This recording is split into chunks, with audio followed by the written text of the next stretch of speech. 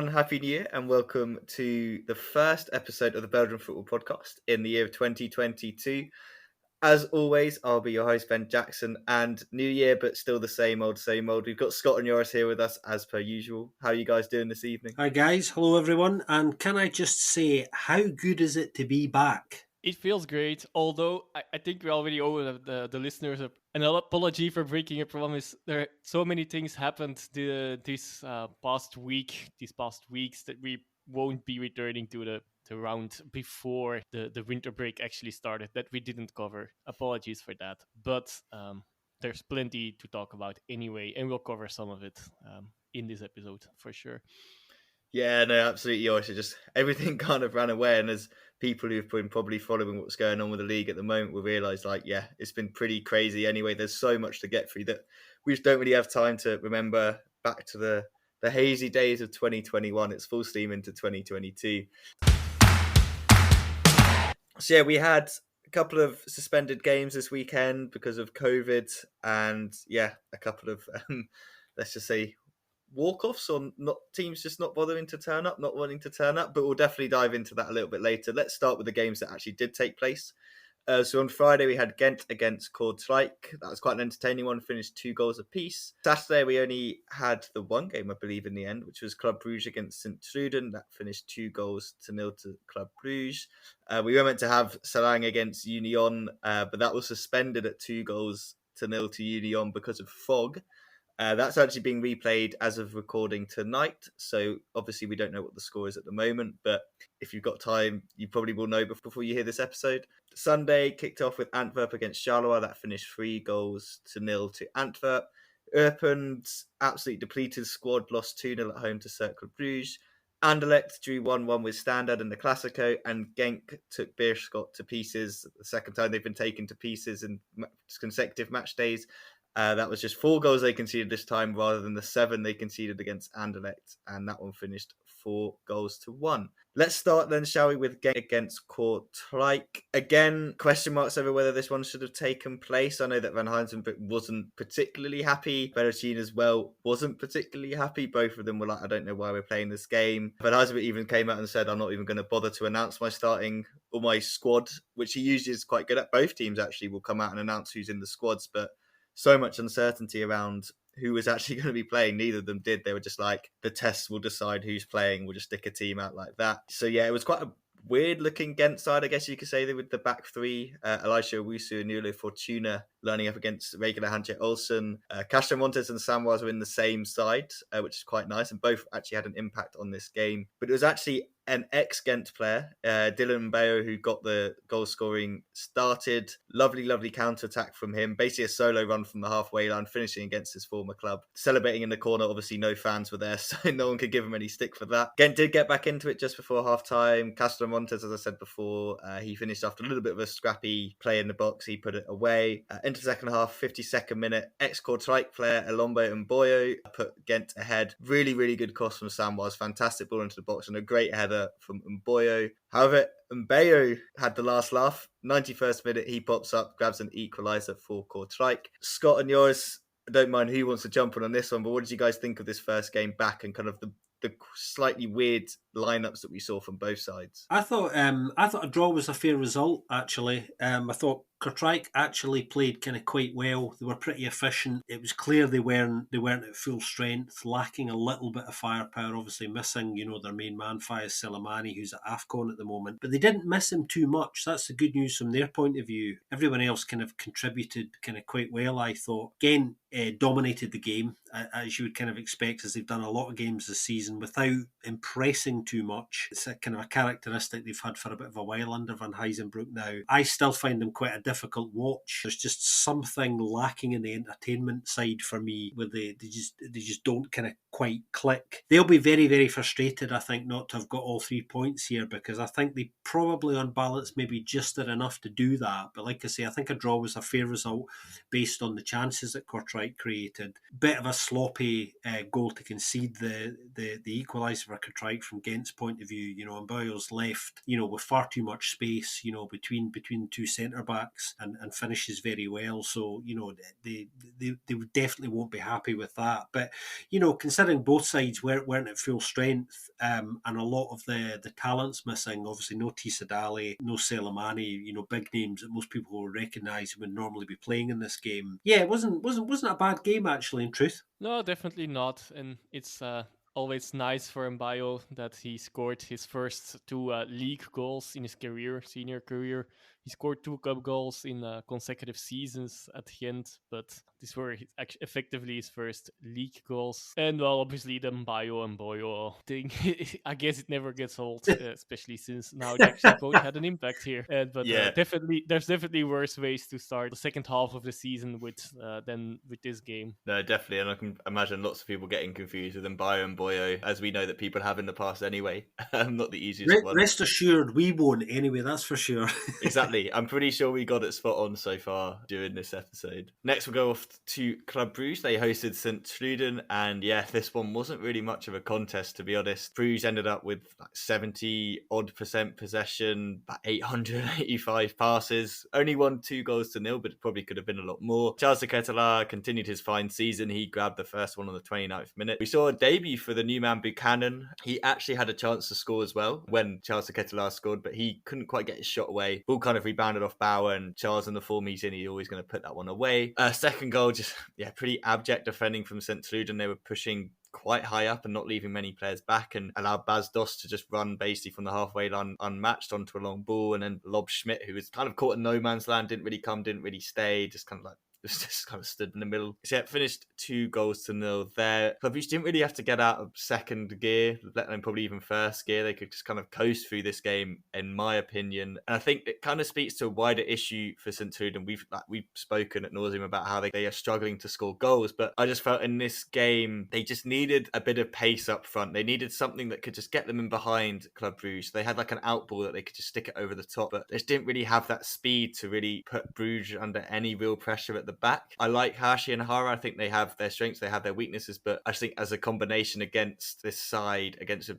Club Brugge side, when you know you're going to be sitting deep, you know you're going to not have much of the ball, I think you need a bit more pace, a bit more of an outlet. Maybe you start someone a bit quicker like an Aboubakari Koita. We know he's pretty decent when he runs with the ball. Maybe his shot selection and final decision making isn't as great as it could be, but someone like that might have been a better option in my opinion. Scott, I know you're going to do a deep dive on the new Club Brugge manager, but what were your kind of impressions of his first game in charge? Well, we saw a little bit more energy in the Bruges performance, I thought, just a little bit. It wasn't markedly different, but there are early signs of the way Alfred Schroeder wants to play. I think he's going to play with more intensity, and he's going to expect everybody to press more, including his defence. We'll talk in a little bit about, the way that he generally likes to set his teams up, but I thought the early indications were quite encouraging from a Bruges perspective. At the moment, he's obviously just tweaking little things. It was interesting to see Vormer sitting a little bit deeper to protect the defence, which obviously is a role he used to play in the formative years of his career as well, so he knows how to do that, and I think Vormer's going to become a regular again in his setup. I think the way that Schroeder's going to play, I think leaves Balanta in a slightly awkward position. I think he's somebody who's going to find himself very possibly left out in the cold under the new system and the new preferences. But this game was all one-way traffic, really, and it was kind of only a matter of time. Pretty terrifying stat, actually. I don't know if anybody knows this, but St. Truden have never won in the league at the Jan Breidel, and it didn't look like at any point that was going to change at the weekend in this game either. And as you were saying, Ben, I think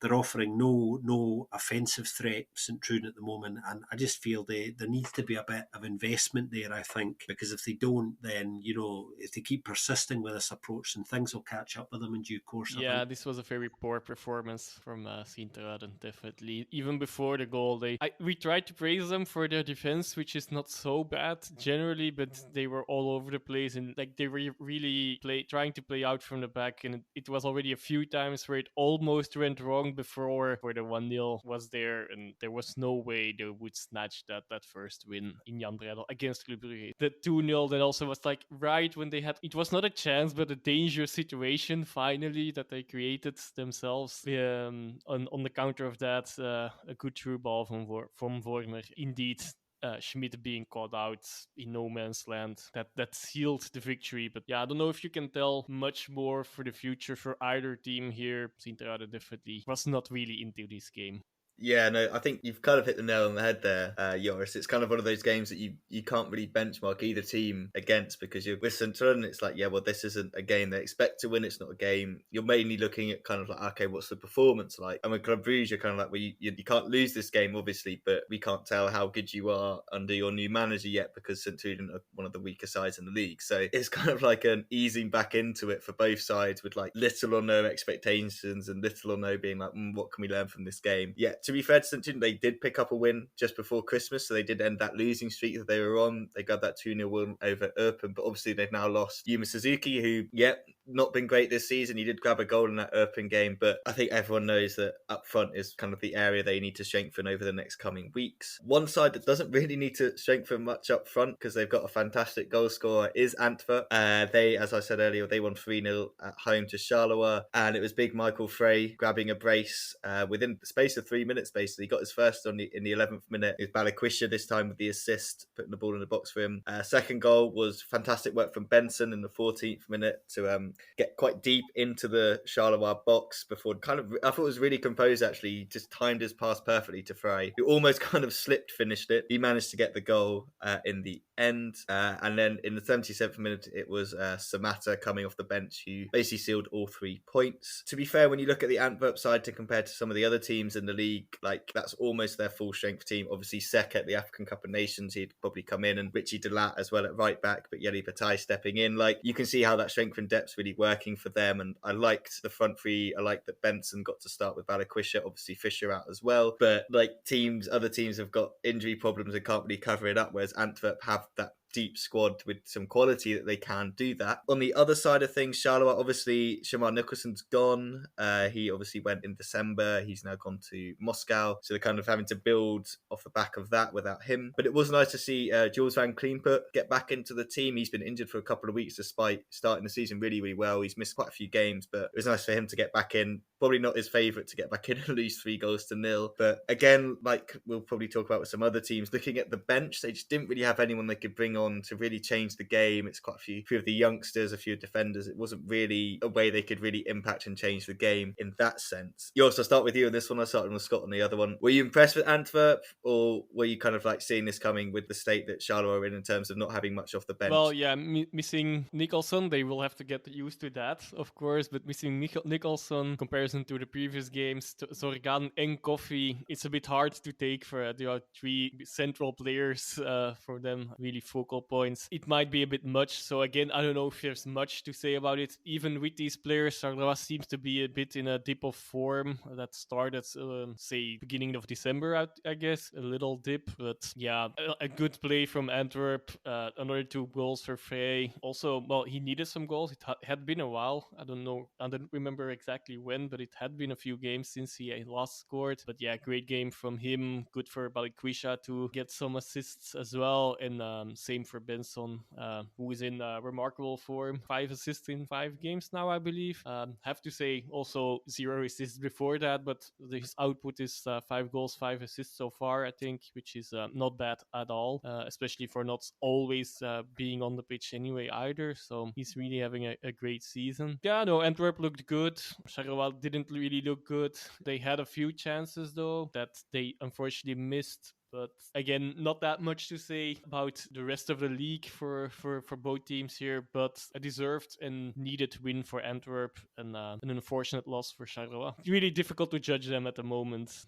Yeah, I think Charleroi are obviously going through a period of readjustment. You know, kind of losing some kind of key players. I think they'll be fine. There might be a slight dip in form. I agree with that, but I think they'll be fine long term because I think Ed still knows what he's doing. Actually, it'll be interesting to see Bile getting an extended run in the side, looking effectively at being the kind of first choice striker at the moment. He's a player who I've seen a fair bit of from his time in Scotland, and he didn't play regularly in Scotland. And the only time he's had a sort of decent run in a side was when he was on loan at Toulouse in France during his time at Celtic. So it'll be interesting to see how long of a run he gets. Forfeits, created a couple of really good opportunities and just couldn't quite finish them. He's a player who I think is very well equipped to do well in the Belgian league, but it's obviously dependent on a good run of form and getting his confidence up. I think he's not the greatest finisher in the world. I think that game kind of underlined that. Actually, he got into a couple of great positions that he really should have done better with, and he really just ballsed up the shot, to be honest, after doing all the hard work. But yeah, they'll be fine once they readjust, because I think Ed Stills is a smart young coach who really does know what he's doing, and once he's done a bit of tinkering and readjusting and some players come back, then I'm sure they'll be fine. Very professional job on Antwerp's part. Benson's definitely worth a highlight again. We've mentioned him a few times, but kind of remarkable story. A player coming back from loan at the start of the season, not even being expected to be anywhere really, even in the squad, and has kind of become quite an important regular. Brian Prisk obviously has confidence in him, and he's looking good. He's getting into a lot of good positions in the pitch, and if he can just tweak the final product a little bit, his final ball, if he could, just improve the output on that, then I think, he could become, really something quite special. But he's slotting into their system well, and yeah, good job from Antwerp to kind of pick up where they left off before they went on a break. I just found out something. The second goalkeeper for Charleroi has the most French name ever. The second goalkeeper on the weekend, Didier Pierre Jean-Paul Depré. You can't get much more French than that. I think Wonderful. they usually just call him Didier, but on Google it's displayed as Didier with his full name. Yes, on Transfermarkt it only says Didier. But it's just remarkable. That's all. And how fitting to have such a French name at a Walloon club as well. That's brilliant. Yeah, love that. Love it. No, yeah, completely agree with both of you. Made some great points. Interesting to see Bear get some more kind of opportunities. He's got Morioka and Golizadze in around him, so he's got that creativity that can give him the chances. So it's just about putting those in. Obviously, we're going to dive into all kind of like transfers and stuff in our transfer special, so we don't really want to nitpick and start diving into stuff too much at the moment. So if you are coming thinking that we're going to talk about transfers, like we will, don't worry, we're not ignoring the January transfer window, but we're just going to pack it all into one thing at the very end. So I know some people have asked some listener questions around the transfer window as well. So if you don't hear your question in this episode, rest assured we'll include it in a transfer window special, and we will probably let you know about that. But we will definitely get onto kind of Bayo and like all the different moves and kind of what we think about that going forward. The next game that took place was Eupen against Cercle Bruges. Poor Eupen. I know some people may not agree with me, but I just looked at their squad that they had to put out for this game, and I was just like, blimey, like if you could have got a point, you'd have been probably quite happy with that against one of the informed sides in the league in Cercle Bruges. I know they've had the winter break and stuff, but yeah, they're still playing some fine football. The bench was just kids, basically, for Eupen. That's how many players are missing. There wasn't any real experience on there. I think Cercle Bruges did win this game 2-0. Not the prettiest of games, not the best of games. Took them until the 77th minute to open the scoring, but it was a really nice volley from Thibaut Sommers, and then a penalty from Dino Hotic in the 82nd. Basically wrapped it all up. But yeah, I don't know what you can really expect from Eupen in this sort of game. Kramer wasn't there with, I think he's either been in contact or has COVID himself, so we wish him all the best. Prevoyak and Ngoy weren't there, so they didn't have strikers. They're playing Keita and Conan and Jali, both more wingers, quite diminutive, not really the same profile of strikers as Prevoyak and Ngoy, are quite big lads. Edo Kembe's obviously left as well, so that leaves a massive gap in the midfield. No Steph Peters, no Jens Kals. Like, you just go through the squad and there are so many players missing that would usually be there. However, for Cercle, they were also missing Rabi Matondo.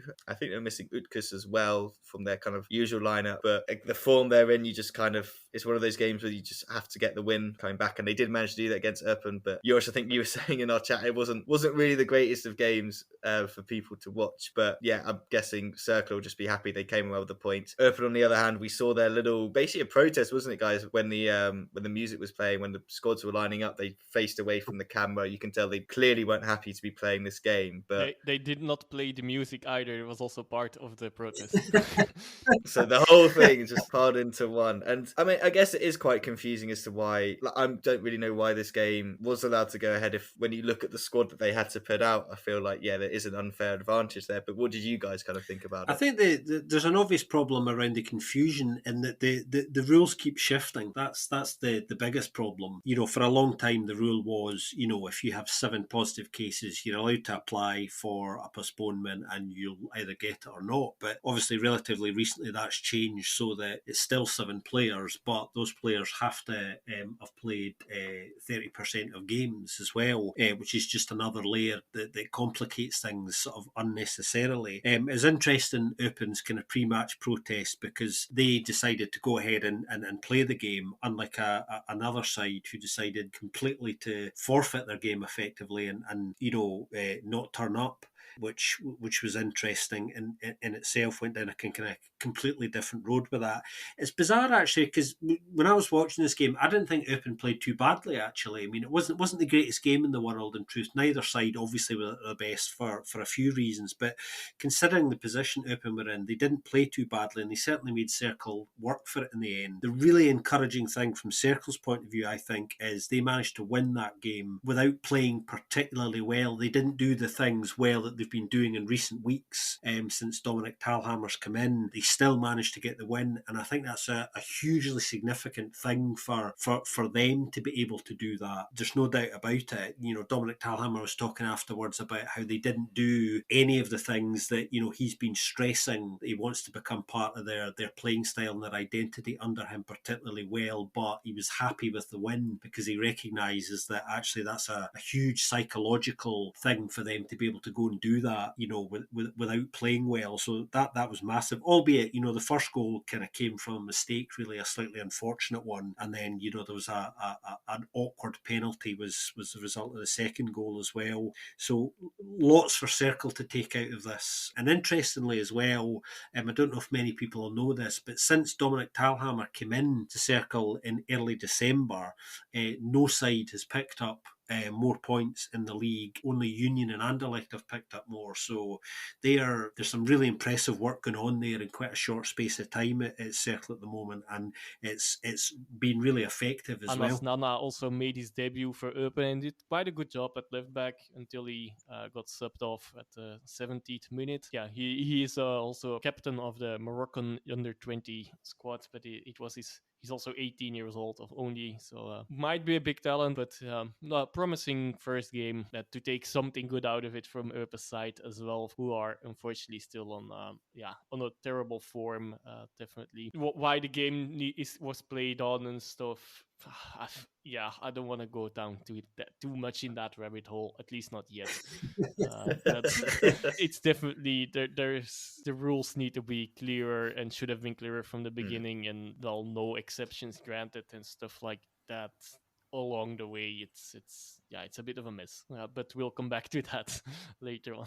Yes. Yeah, no, we definitely will. And I guess part of it's a weird benefit of the current situation we're in is that lots of young youth players should and are being given a bit more exposure to first team level football. I know there's loads of controversy around it over here in England about teams cancelling games because they can't put out their strongest teams. It's like, well, you've got your youth players, you've got these young players, get them in. If they're going to be on the bench and you can mix them up with some of the more experienced guys, you don't necessarily have to use them, but they get that experience. So I guess for those Eupen players on the bench, it's a fantastic opportunity for them. They got that experience, like you said, with Nana as well, on getting that starting line as well. Like, that's pretty cool for him. Shame for him that it was in a loss and under these circumstances, but it is nice for them to get that experience. That is basically also my regular view on things and trying to see it positive in actually as well. Yeah, let's move on to the Classico, the quiet behind closed doors Classico. Unfortunately, I wouldn't call it a Classico. I feel like most games that are called Classicos rarely live up to expectation. Bayern Munich, Borussia Dortmund. I'm looking at you. One of the worst Classicos usually, because Bayern usually just go and win it every single time. This one, no one won it. Anderlecht probably should have won it. They did take the lead through Yari Verscharen in the 32nd minute, but his finish was sublime. I really enjoyed the finish, but the assist from Xerxes, like the quick feet this guy has, is just like, it's a joy to watch when he has the ball in confined spaces. The man's just got such class on the ball, and you really saw it with that assist there. I kind of had one on this game while I was cooking, and I was just like, surely Anderlecht are going to kill this off. They just look the better team. They look more up for it. They look like they've got that. They do, I guess. They look like they have the quality in it, which should have really shown on the pitch. Lots of standards passing was kind of wayward, to the point where even Joris, who as a Genk fan does not want Standard to do well, was bemoaning their terrible decision making in the final third. And if one of your rival fans is also saying, like, oh, even I'm frustrated watching this, that's when you know it's bad. We did see a debut for Edmund, came straight into the sides, didn't make much of an impact, I guess. You also had a debut for Kafra as well. Deval also came in for his debut at right back, obviously with Collins via AFCON. Didn't make a massive impact, many of those players. However, the man that did make the biggest impact was Dennis Dragas. He came on and got the equaliser, comical equaliser, terrible back pass. He snuck in round the keeper, but I have to say his finish was pretty decent as well. Really, really tight angle. And that makes him still top scorer for Standard. I think it's with 4 goals now for him. When you look at his games played, his probably conversion rate's pretty decent. Been injured quite a bit, but he got that in the 86th minute. And you could just tell the Standard bench were like, yeah, we've snuck away here and got a point. Which actually, in the grand scheme of things, given their position in the league, it's a good point to have got. Anderlecht obviously in quite good form, pushing top side of the table, Standard at complete opposite end, but coming away with a 1-1 draw when you haven't really been in the game that much, haven't really had or created enough chances, I guess. Scott, what was your kind of reading on this? I know you were like, we all kind of were a little bit in agreement about how weird we felt Standard were playing and how kind of disjointed everything looked.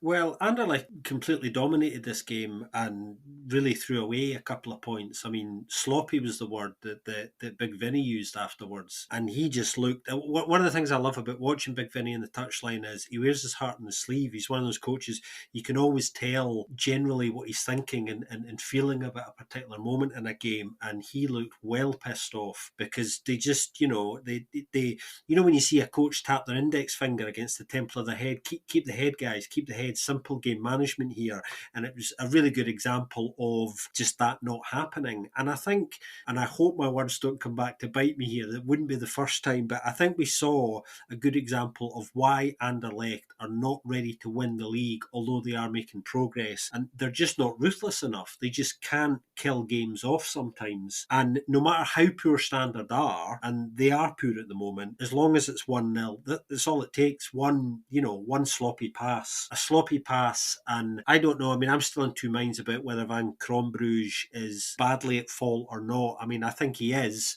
but to be fair to him, having seen it a few times now, he makes an instinctive decision because of the bad pass to kind of come out. But in doing that, he has to get there first and doesn't. And then, as you say, Dragas is a brilliant finish in the end from out wide once he's rounded him.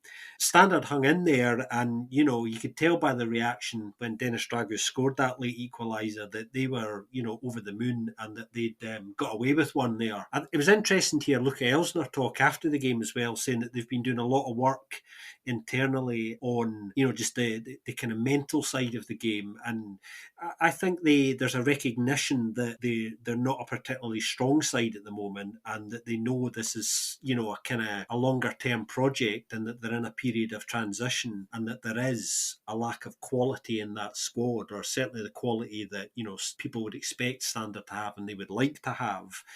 So it's interesting that they've been doing work on their kind of mental attitude and approach to games and trying to stick together as a squad. And I thought that what Elsner was hinting at was something very similar to what Jose Mourinho has made a whole career of doing at a succession of clubs, and that is fostering this kind of mental attitude in his playing staff of everyone hates us, the world's against us, it's us against the world kind of type mentality, which can work for you, but I'm not sure that that's going to have much bearing on kind of Standard's season. They've been keen to try and bring in a few players as quickly as possible because they've got players at AFCON as well, and that's tricky because it's going to disrupt them a little bit. But fundamentally, things, as we know, won't change there until there's some more investment coming in. So long hard season ahead for them. But Anderlecht, in all honesty, should have had that sewn up so much earlier. And it's that old thing we've seen in them again, rearing its head. And psychologically, that's not good for them in a game as big as this, I think, to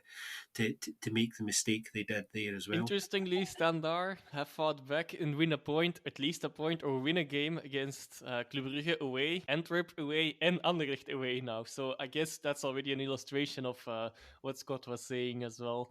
Yeah. really fighting it for it. They are a difficult team to beat.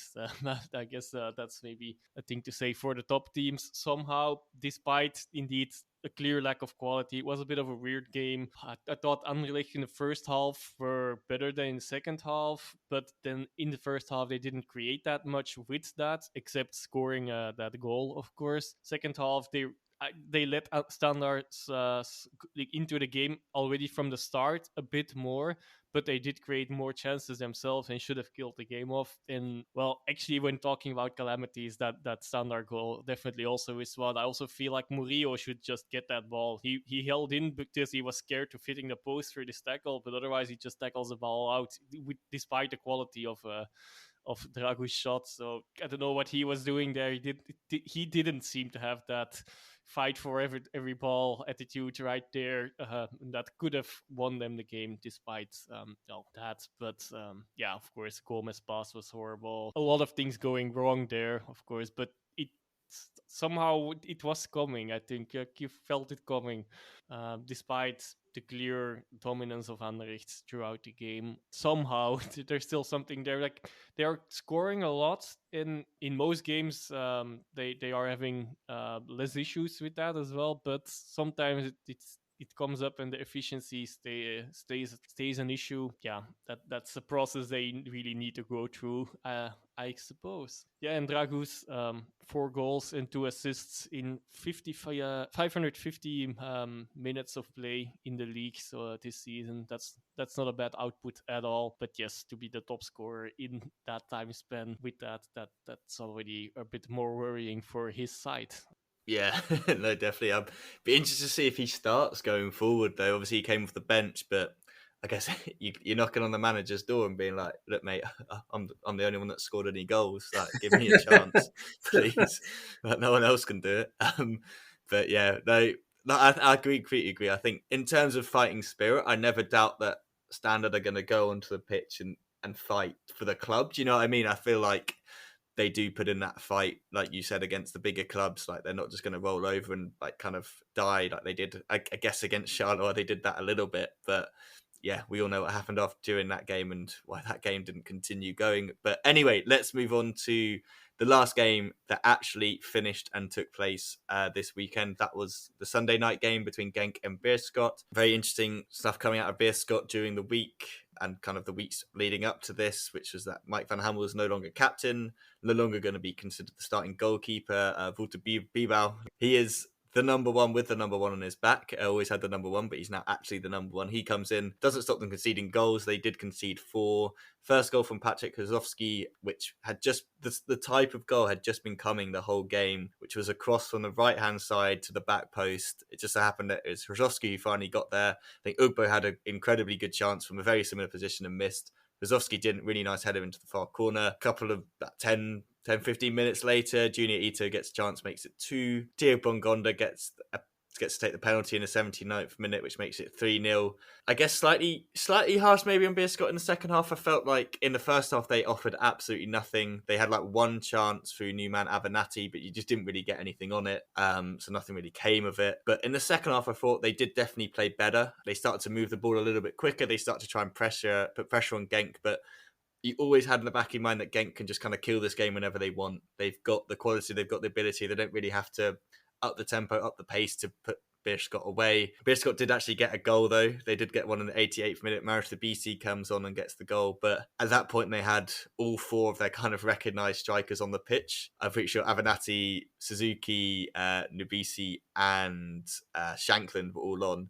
At least 3 of them were involved in setting up that goal, I believe. So I guess maybe that's the way they should go forward. Just chuck them all on and hope that it works. To be fair, I did kind of like some of what I saw from Avenatti. Some of his like hold-up play and link play was quite nice, but I'll get into it more in the transfer window special about why I'm not sure that's the right kind of striker profile they should go for at the moment. However, they didn't really get much back into the game. It was a bit too late then. Andras Nemeth, the youngster, came on and he scored a really, really nice goal actually in the 92nd minute, which was his first goal for the club, isn't it, Joris? I'm correct in thinking it was his first goal because it was also his 3rd minutes playing for the club, I think. So. Yeah, and you even said in our chat, you were like, I hope he comes on and scores. I hope he gets some time to come on and score. And he did Really, really nice finish. What was your thoughts on the game? Obviously, I guess it's kind of similar to some of these other games. You can't really tell much about the team because of the opposition, but were you quite happy with what you saw? Well, exactly. Well, I do think Beerschot like to play against Genk, but the last times they scored were twice against Genk. So in games against Genk. So they scored the first time in 6 games, I believe, and the 7th game was the home win against Genk. Finally, a win for Genk against Beerschot also, since they came back up is the first time it happened. So there's some relief of a bogey team there. But they really were not into this game, unfortunately, and Stoic was also not so happy with that. In the second half, like you mentioned, you felt like the Genk could kill the game at any point. Unfortunately, it looked like the players also thought so, and well, it's still only a 2-goal margin in a way. So it was a bit uneasy because something like with Anderlecht could easily have happened with Genk as well. Well, all in all, decent performance. Not spectacular, not great, but very happy for that last goal. Indeed, I think 1 minute before it happened, I said like, I hope he gets a striking chance, Nemeth, and he did. And he really is. I know that a bit from following the youth a little, that he really is a striker in that sense. He doesn't need much chances if you give him that chance. Although he did some of the work. The first touch was great, and then just a clean finish. Yeah, he will punish you if you give him that chance. It's always nice for him to score, especially on an Oyen assist as well. So a real youth academy goal. That's the dream of every football fan, I think. At least from me, that's one of the nicest things to see. Yeah, a good debut, and let's see if we can bring more. Of course, Onowatchu was still injured, so he did take the chance he got, and he deserved probably. But if we will see much more of him this season is doubtful, nonetheless. Yeah, I guess he's been around.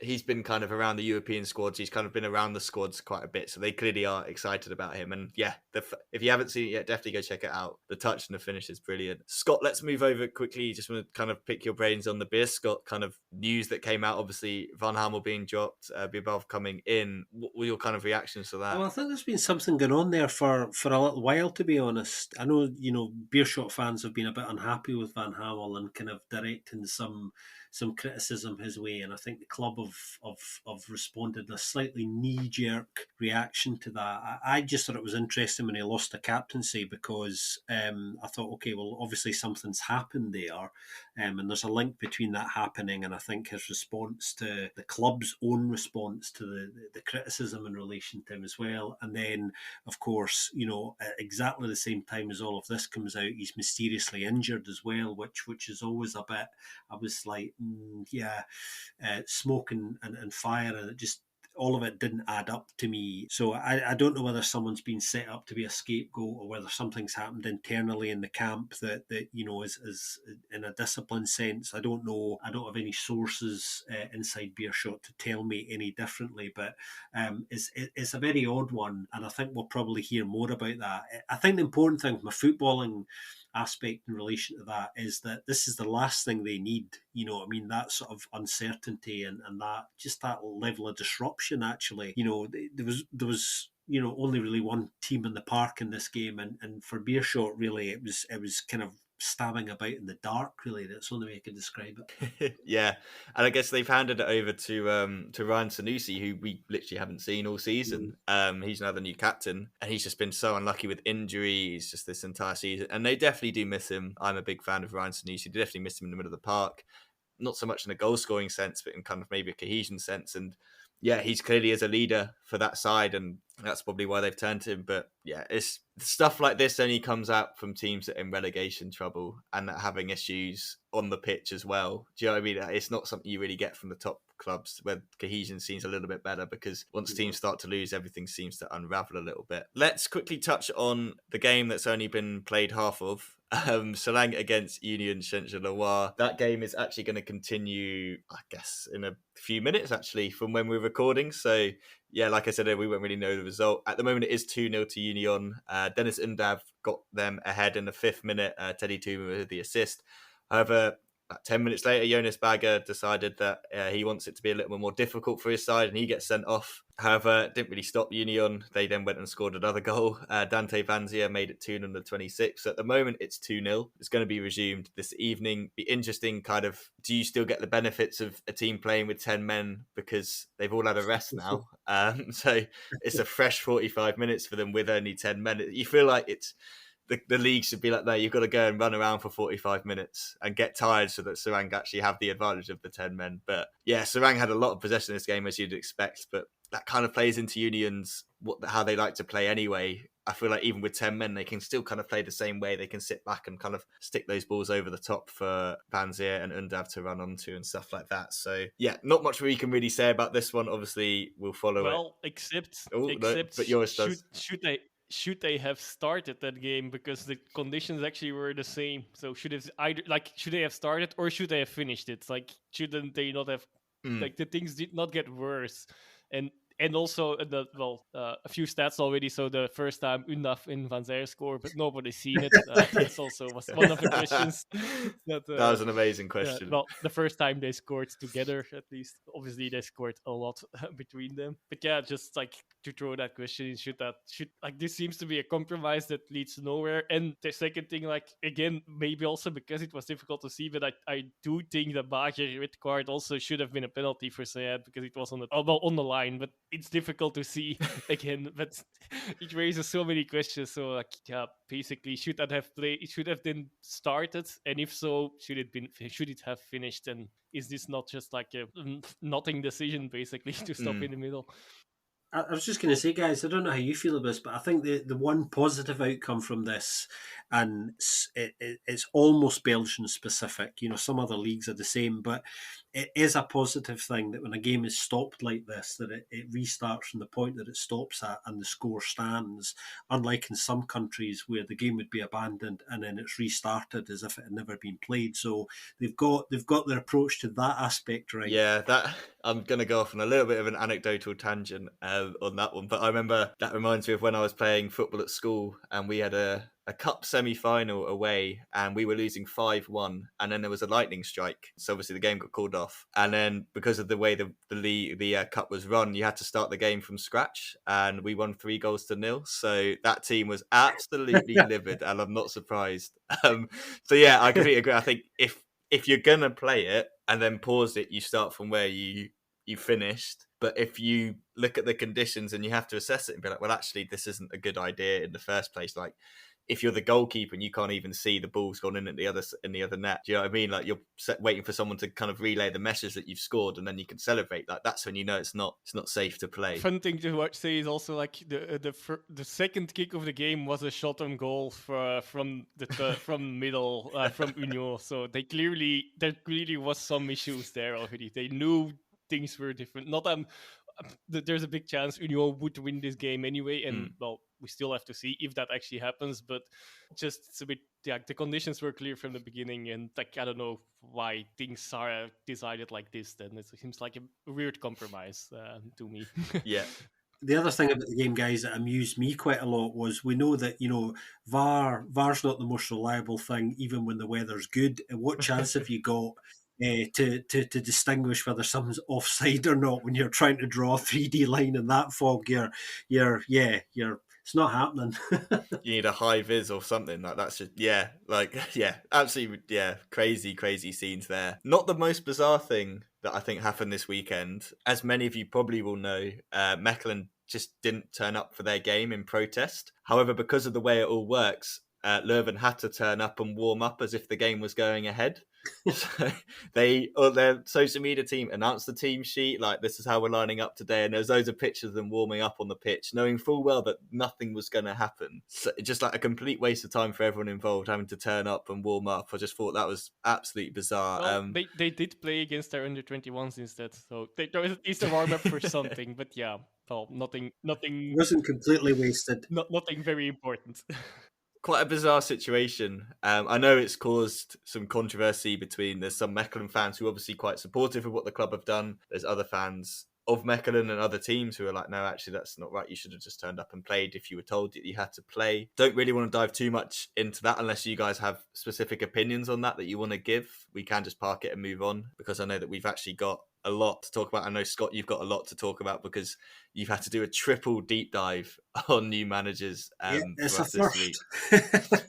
I mean, I guess it's what you get with the winter break, but yeah, they just kept rolling them out. So why don't we start with one of the teams we just spoke about in Salang? Quite surprised to see Jordi Condom given the sack, but he's also got a new job, which you're also going to talk about later on. But let's start with the new man at Salang. What can you tell us about Jon-Louis Garcia? Yeah, well, we know now he's not been in the door very long, but Sarang's new man is 59-year-old French coach Jean-Louis Garcia, who in his playing days was a goalkeeper. That's one for the pub quizzes.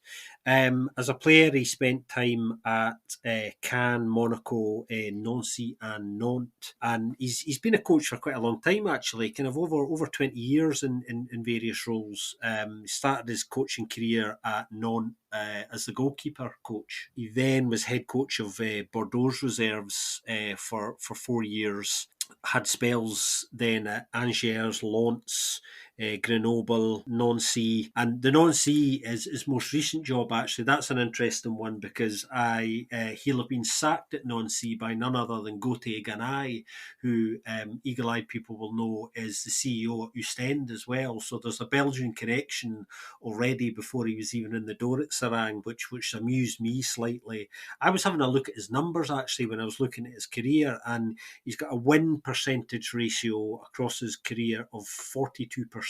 Now that's based on 564 games as head coach, which is actually not a bad sample at all. Obviously knows French football very well. He will know people at Metz, so this could be quite positive for the kind of Metz-Sarang partnership on the whole. Amusing, of course, that his first game didn't get completed and will do this evening. I thought that was kind of quite funny, but we'll see how he gets on. I think he's got a difficult job because he's taken over from somebody who we'll talk about in a little while, who has a new job now in Jordi Condom. He's taken over from somebody who generally did very well before a downturn in form that wasn't entirely down to Condom alone, and I think he walked away from Sarang for kind of infrastructure and footballing reasons more so than results.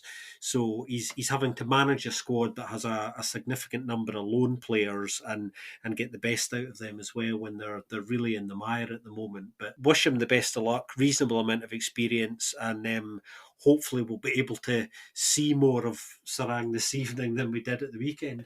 No, yeah, definitely. And I think, like you said, it's the tough job is that you're managing all those loan players, and you are kind of like that feeder club for Metz. Like that's where you're going to go and get the bulk of your players. Obviously, they brought in a couple of other players in like a Daniel Apare and stuff like that. But yeah, I think they just announced another Metz player today, didn't they? So yeah, you can see why as someone like Condom, who has done that kind of sporting director role at Erpen and stuff like that, wouldn't quite be happy with that. I'm sure he'd like a little bit more ownership of that, which he now has, which we'll talk about later. But yeah, let's jump to the man we've slightly mentioned. You mentioned his first game, but Alfred Schroeder, some people remember him from his brief stint at Hoffenheim, but what can you tell us more about the new man at Club Brugge? Well, this is an interesting one as well, because this happened very quickly when Philippe Clement, his predecessor at Bruges now, when he went out the door quickly to Monaco, Alfred Schroeder came in equally quickly, which is always a positive, I think, for any club who can appoint quickly. It's one of those things in football, isn't it? I think all clubs have an official list of potential candidates to take over should head coach leave, and Bruges clearly have had one for a long time. I'm led to believe that actually he was pretty much top of that list and was the board's pick to potentially replace Clement as and when that time should happen. And he had been consulted on a number of occasions in relation to players kind of unofficially as well. So he was somebody the club was actually in contact with already. 49-year-old Dutch coach, former midfielder in his playing days. As a player, he spent time at Feyenoord, Waalwijk, Breda, Twente and Vitesse as well. Starts his coaching career at Vitesse, then goes to Twente for 3 or 4 years and spends a spell working under somebody called Steve McLaren. Everybody remember Steve McLaren? And then goes off to do his coaching badges, comes back to Twente and eventually becomes the head coach there for a short period. Doesn't quite work out. goes to Hoffenheim to become Julian Nagelmann's assistant for a kind of 3-year period. Then ends up at Ajax as assistant to Erik ten Hag, who's still there, and becomes part of the coaching staff that had that unbelievable Champions League run where they nearly made it to the final, but for those very late stoppage time heroics of Pochettino's Spurs side, which is still remarkable actually when you watch it now. He then is given the chance to go back to Hoffenheim as head coach and take over from Julian Nagelsmann, which he does in 2019 for a year, but things don't quite work out results-wise, and he's sacked there, and then takes up his most recent role, which was as assistant to Ronald Koeman at Barcelona, and we all know how that ended. The Bruges thing, as I was saying, came about very, very quickly actually. They moved really fast, got in contact with him directly, from what I'm led to believe, and actually invited him from an informal discussion, and it all was done very, very quickly after that. So they already had him earmarked, really. He has a win percentage ratio of 36.5%, which I should point out there's a caveat here. That sounds quite low, and I think it is, but you have to remember that's only based on 82 games as the head coach, so that doesn't really tell us too much. He likes to play 3-5-2, which I think is what he will do a lot of at Bruges, and as I was hinting at earlier, I think that leaves Balanta in a slightly awkward position. He might find himself frozen out of the squad, because Vormer's back in there in that slightly deeper role, so it'll be interesting. But he likes his defenders to press and squeeze the space as well, and that was something that I made a note of the other day, because I'm not sure they have the sort of defenders at Bruges who are particularly good at that aspect of the game. So we might see in the summer some new defenders coming in, I think, because I don't think they have the right defenders at their disposal to necessarily play the ideal way that Schroeder wants to play. But they got their man in early. I think that's a big positive, and he's got it all to play for. They're still in the cup. They're still very much in the title race.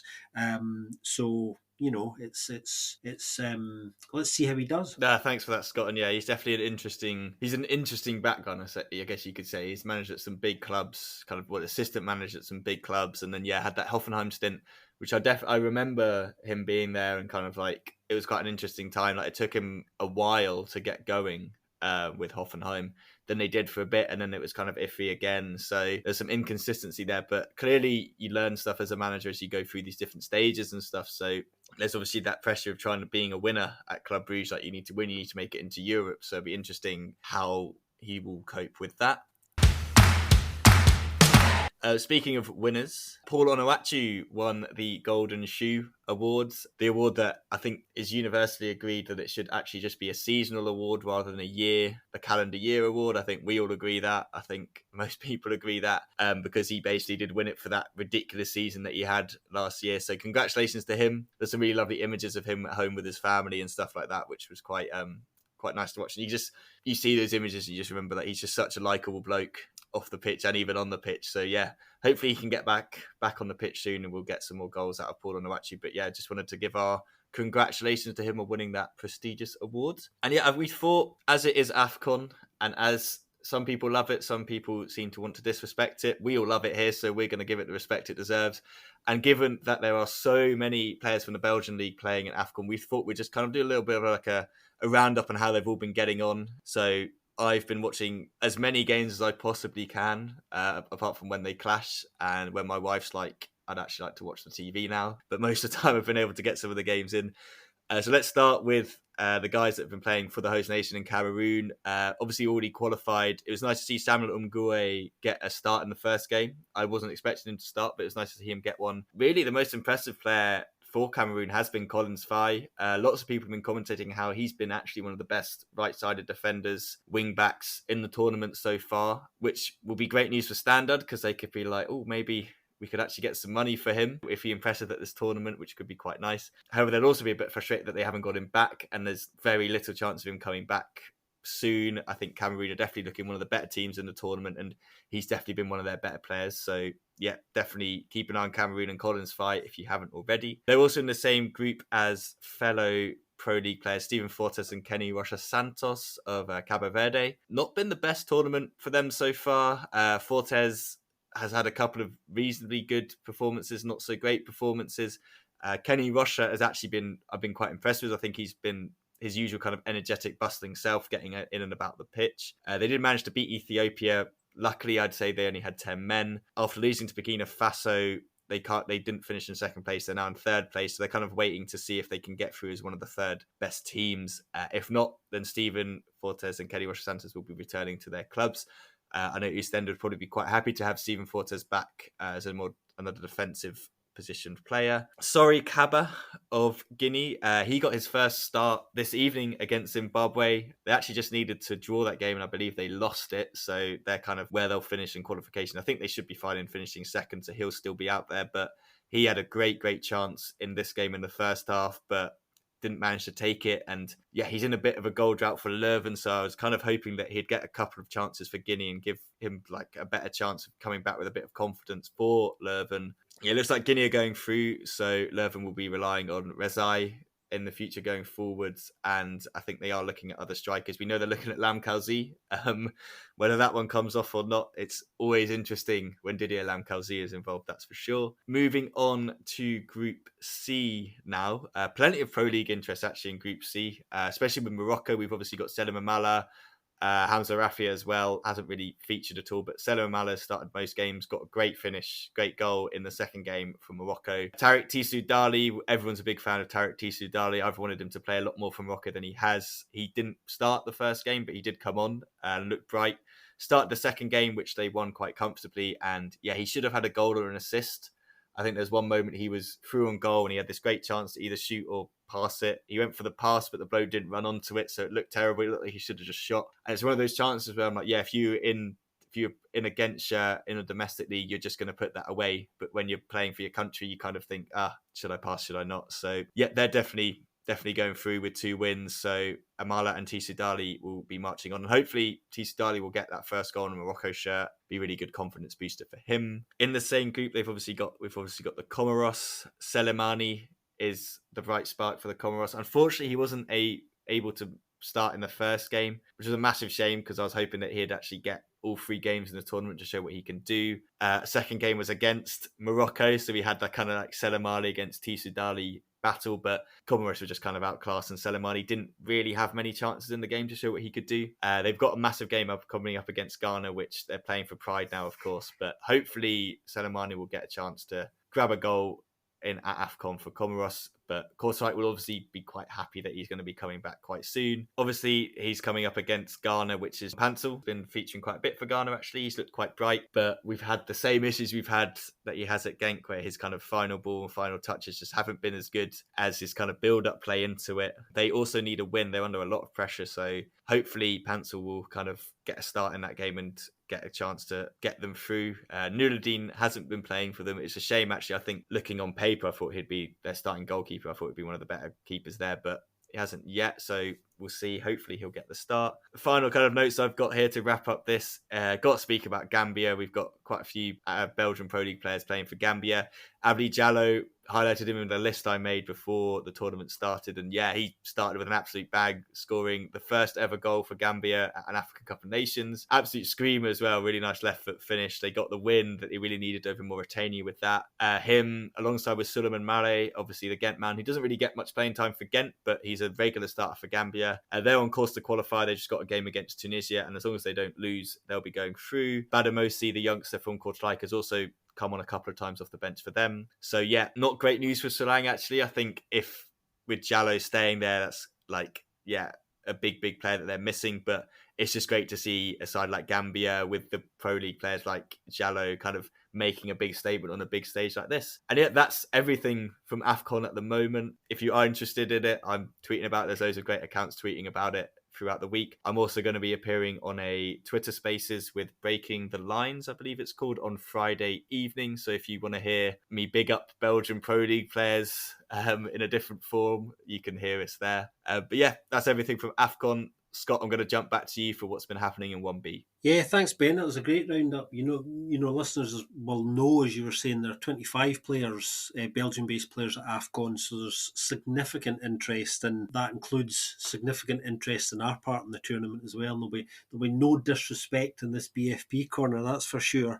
Anyway, 1B, what's happening in 1B? Well, there's actually quite a lot happened in 1B since we were last together. Some news today, actually. Lommel have appointed an interim head coach at the moment. Peter van der Veen left just over a month ago now, and at that time, Luis Felipe Ferreira, who was Peter van der Veen's assistant effectively, he came in October. Ferreira, he today has been appointed the permanent interim trainer one at the moment, while the club continues to search for the right long-term head coach.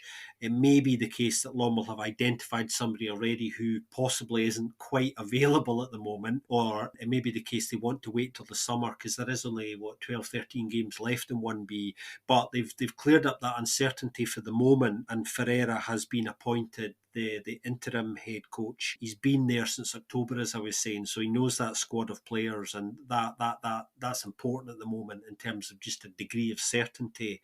His coaching career, he most famously probably spent some time in Portugal, Vitória Guimarães. He was head coach of their B squad and then a senior coach of their under-23s, and then he spent some time in the Chinese Super League as well. So that's Ferreira's background, and that's some news that was kind of confirmed today.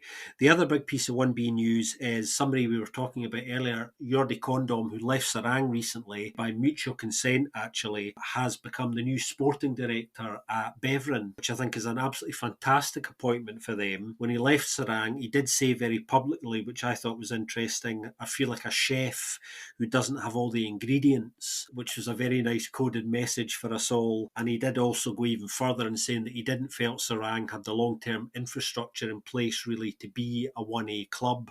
So I think he felt the combination of the downturn in form and his own personal kind of view on where the club was and where it was heading didn't quite obviously align with the owners, so it was the right time to leave. And Beveren have moved very, very quickly to bring Jordi Condom in, because that post had been unfilled for a number of weeks now. Clearly they were waiting for the right person, and that's a very impressive appointment, because he's been a very successful technical director in the past at Eupen, and a successful head coach as well. He got the Eupen promoted from 1B to 1A as well, so a lot of experience there in both coaching and technical director roles, and experience of winning promotions. So I think that's a fantastic appointment for Beveren. Another bit of news as well, Denza have been taken over in the last week by Singapore-based football investment group ACA. So there's going to be some really big changes at Denza over the next few years, and what looks like some reasonably significant investment as they chase kind of promotion to 1A.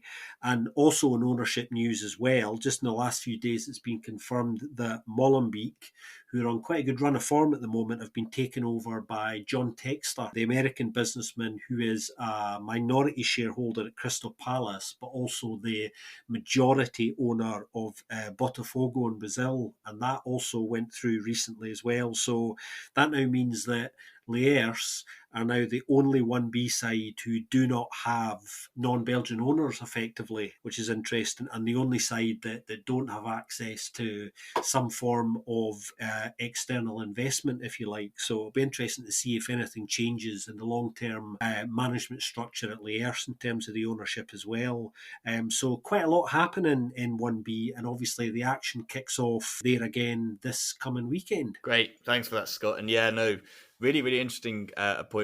I like the Jordi Condom sporting director move by Beveren. I think that could be a really, really shrewd signing. And yeah, all the investment stuff, it's just really exciting, isn't it, to see what's going to happen in 1B and how that kind of can improve the teams coming up and make what is already a really competitive league even more competitive. Let's move on quickly to some listener questions before we depart. First one we have from Rob Marshall. He asks kind of a 2-point question. One's about transfer window, so Rob, we will park that one for later on, but the first 2 parts we'll definitely take for now. So Joris, I'll go with you on the first one. What is the reason for Cercle Bruges' huge form turnaround? And then Scott, you can answer why have Erpen fallen off so much? It's no coincidence that with a new coach it happened. It's not just a manager bounce, I suppose. I think I've already touched on that before. The underlying metrics were already looking into in Cercle's favor, but clearly that's finally paying off as well.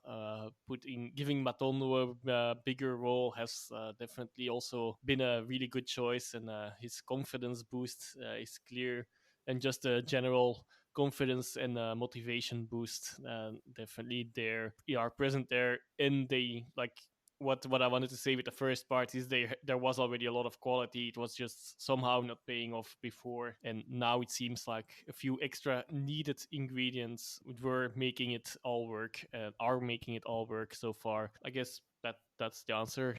Great, thanks, Joris. And Scott, on the Erpen side of things, why do you think Erpen have fallen off so much? I think it's a combination of circumstances, really. I think they've started to pick up some injuries, which they've managed to steer clear of in the opening stages of the season. And obviously there have been some COVID issues recently, which have been disruptive as well. I think that first kind of 10 games was just brilliant. They were on brilliant form. And you could argue that's their strongest period. Well, I'm sure it will be their strongest period of form over the course of the season. There is that question of, well, have they had their best spell, much like Charleroi did last season, where they were absolutely flying for the first 10 or 12 games as well. And I think we're seeing something similar here. Once the little challenges come up, the little injuries, the suspensions, the COVID factor starts to affect the camp, it disrupts things. And obviously there is some speculation around some key players at the moment as well, which they're approaching in the right manner, obviously, because they have made a couple of recent signings, one of which was confirmed today. Another one is just about to be confirmed, I think. So they're being proactive about that. But I think we might have seen their kind of peak period of form, and I think it's important that they hang on to Agbadou for as long as possible, because he's a major player for them. There were some suggestions that Nice were quite interested in him, and there was quite a pricey price tag being mentioned. My sources tell me, actually, who are quite reliable, that they've reported transfer fees, combined fees of 10 million for Edu, who's just gone to Watford, obviously, and potentially for Agbadou, are not actually as high as they sound, because the caveat here is both players don't own 100% of their own rights. So the figure's likely to be much lower than that, but I'm going off at a tangent there. No, that's great, thanks. Next question's not a question, it was just, I feel like we need to do it because it was great.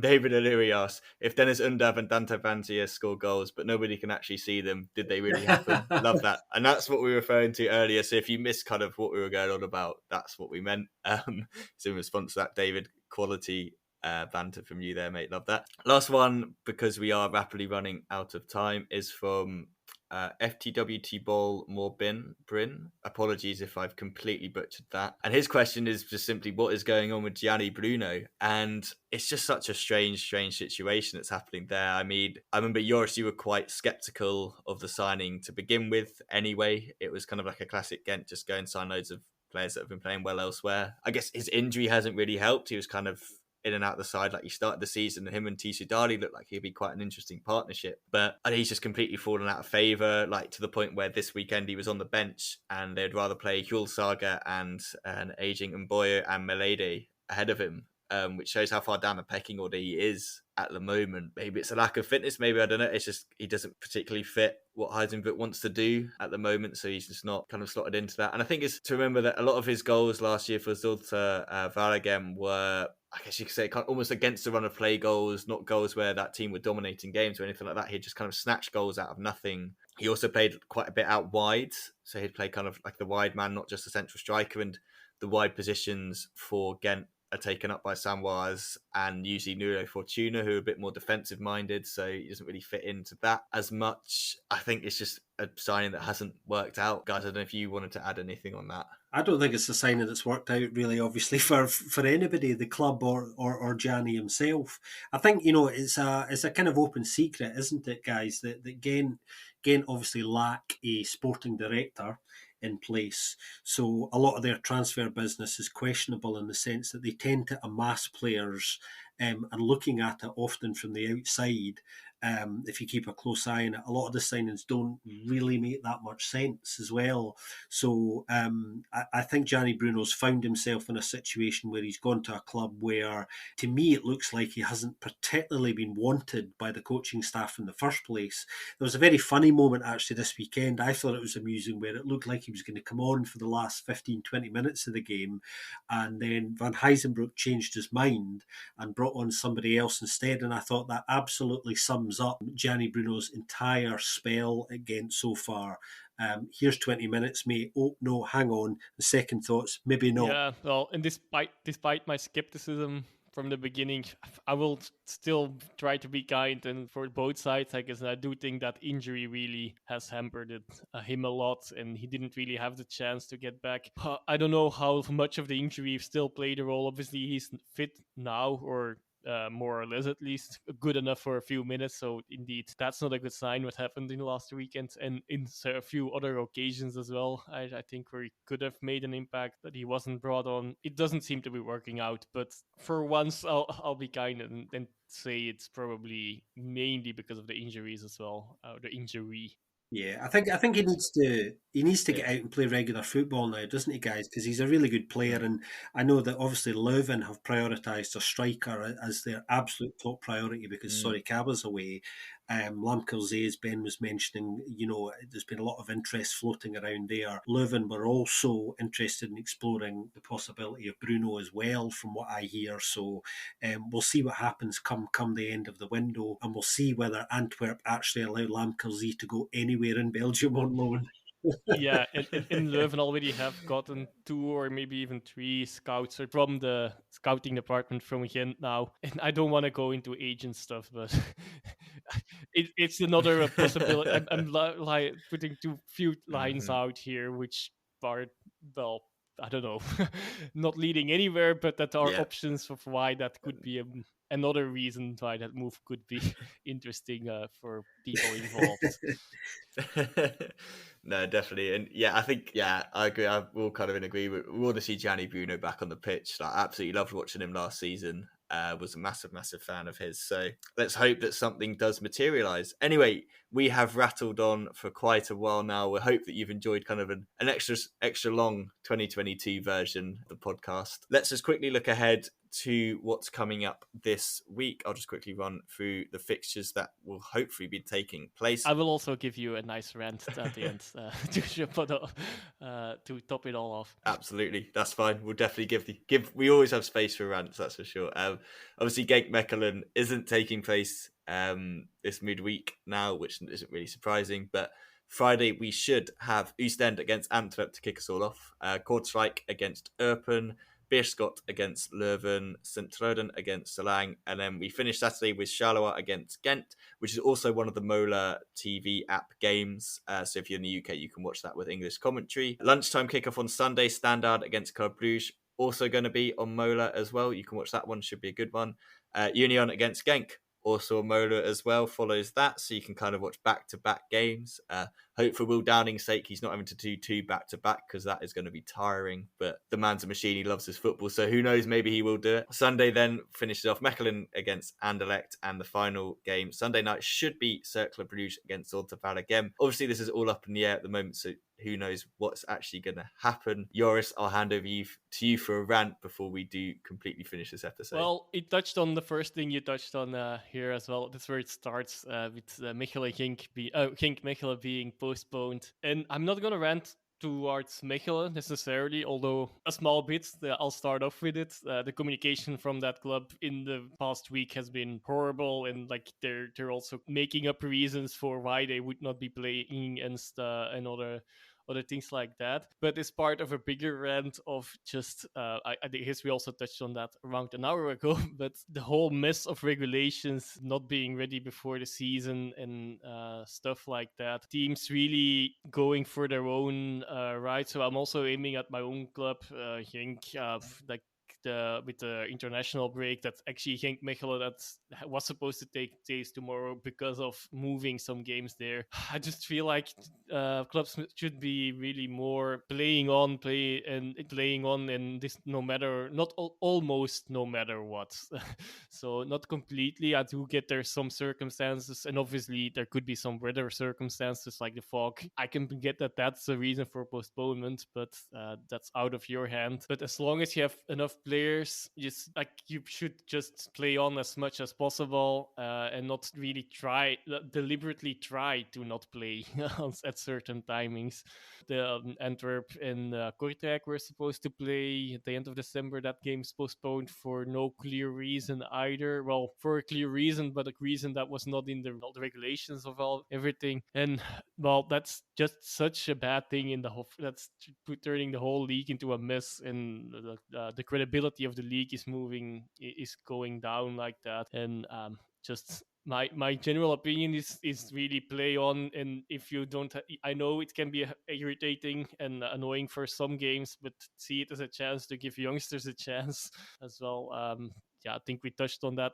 Basically the open approach in last weekend's game, so I also want to praise them for that. Although they also played with reservations, and I'm not sure what's going to happen. If there's still something to be said about Leuven-Mechelen, since Mechelen really wants to still play that game. But if that happens, I think you really go down a rabbit hole that we already went there. But now I hope today they decided something new. I hope everyone is keeping it at that, and that all the extra sportive stuff off the field becomes less of a mess, and everyone just goes on with their mind their business and go on with their business, which is playing football for the fans. Yeah, I think Joris makes some brilliant points there. I really do actually, and I don't think Mechelen have covered themselves in glory over the last week. You know, I said that on my own social media and took a little bit of stick from some Mechelen fans until I had to remind them that I have no agenda.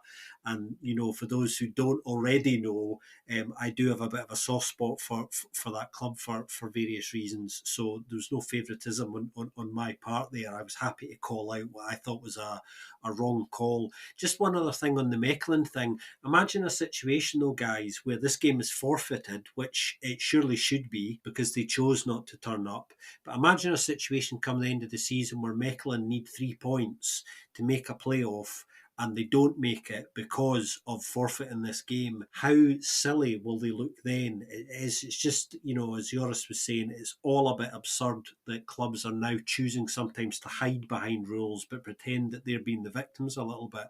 It's a bit much. Just, you know, just get on with it, guys. Yeah, and I think you could also have a similar situation where if Erpen dramatically drop and then they're like, if we just forfeited that circular game or got that postponed and then turned up with a full strength team, we might have got the points. Like, it's all those sort of things, isn't it? I think consistency is what we need. Like, that's what it's all about, isn't it? Consistency of this is what's happening. This is how you can do that.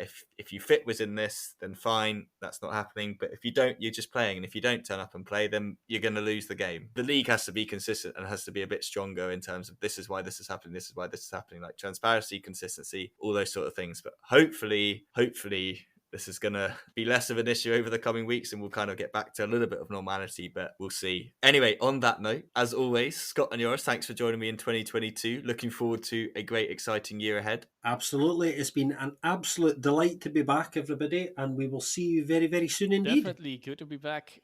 Yeah, just before we go, as per usual, the final bits of the podcast, we'd be very grateful if you would consider leaving us a review. You can actually do that on Spotify. I think it's just a rating system you can do, but if you listen on Spotify, you can give us a rating. So yeah, feel free to do that. If you do have any kind of feedback, comments, questions, any sort of things, please do get in touch. You can do it on Twitter. We're at Belgian Podcast. You can also find us all individually. I'm at BenJack94, Scott's at Scott_coin, and yours is at yours_bet. Alternatively, you can also email us. It's belgianfootpodcast@gmail.com. Thanks once again for listening, everyone, and we'll see you very soon on another episode of the Belgian Football Podcast.